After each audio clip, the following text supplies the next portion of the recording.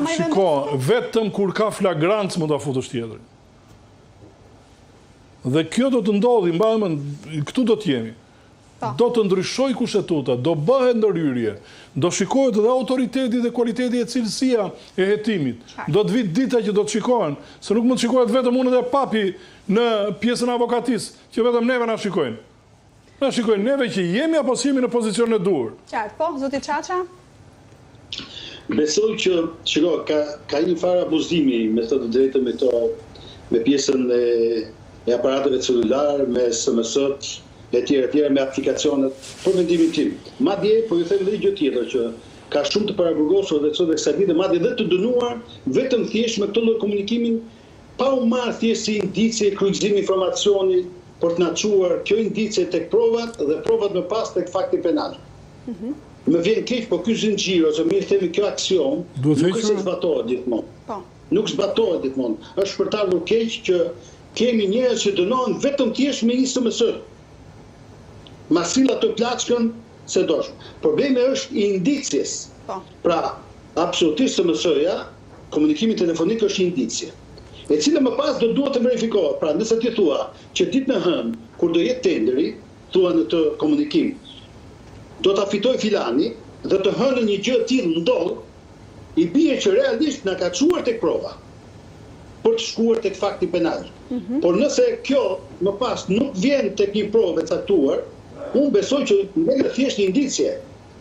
Por fat keq, gjykatat në Shqipëri të cilat kanë diskrecionin për t'i parë provat, po themi në vazhdimsi dhe për gjykuar mbi to, jo gjithmonë kanë qenë të drejtë pikërisht me këtë, është abuzuar totalisht. Gjëja parë që të bëhet, sapo bëhet një arrest, qoftë në flagranca ose jo, merret telefon. Është gjëja më normale dhe madje edhe pa mandat shkrohet dhe një kontroll në shtëpi. është bërë kështu. Prandaj po zoti Petra që duhet të ketë një ndërhyrje, a? Do ndërhyrje totalisht edhe nuk është kështu. Pikërisht për të po themi. Dhe në rastin e zotit Ballukut do duhet shikohet në vazhdimsi e gjë të tillë. E gjithë kjo e krijuar tashmë i ka ngelur në dorë ose më themi në derë, edhe nëse mund ta quajmë, gjykatë shtutuese, e cila do duhet realisht të japë interpretim shtërues pikërisht në këtë rast. Në lidhje me deputetin, në lidhje me masat, në kuptimin e anës proporcionale të marrjes tyre, është shprehur në rastin e zotit Berisha, që siç e thash, do të jetë gjithmonë në mënyrë absolute një precedent për të marrë, po themi. Jo, shiko, mund të jemi edhe në këtë rast, papi, shiko.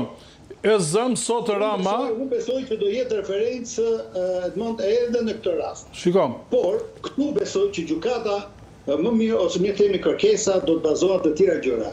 Mënyra se si do të kërkohet të shkohet dhe gjykatë shtetuse në kërkesa nga kryeministria, nga ekzekutivi, do të jetë ndryshe, do të jetë pikërisht kjo, cënimi i parimit të ndarjes së mbështetjeve sipas po themi parashikimeve. Edhe diçka shkurt zoti Petraj, po?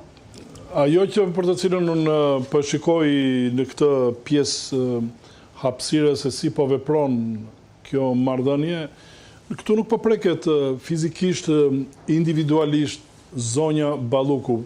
Këtu kemi precedentin kushtetues. Dhe kjo është elementi të cilin trakëndçin, sepse mund të kemi edhe këtë pikë.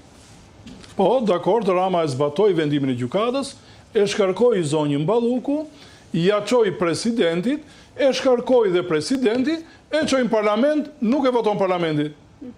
Çfarë bëhet? Ja u kryo prapë ngërçi kushtetues. Pra, po ti marrësh të gjithë elementet. Me fjalë, këta nuk e kam parë në thellësi këtë rast, por ligji është i tillë, e kanë shkruar vetë këtë dhe ligji e jep, por nuk e saktëson. Pavarësisht që nuk është lidhur pjesa e procedurës me pjesën e kushtetutës, se dihet kur pezullohet një ministër nga detyra. Kështu që fjala tashmë i takon gjykatës kushtetuese për një interpretim. Unë i falenderoj shumë, zoti Petraj, falenderoj, zoti Çaça, falenderoj që bëhet pjesë e kësaj bisede, ndjes edhe një herë për kohën, dhe ju falenderoj sërish për durimin. Do të kemi tani në lidhje kolegen Fiorella Beleshi, e cila e ka ndjekur nga afër të gjithë konferencën për shtyp. Fiorella, të përshëndes edhe një herë, bëm një përmbledhje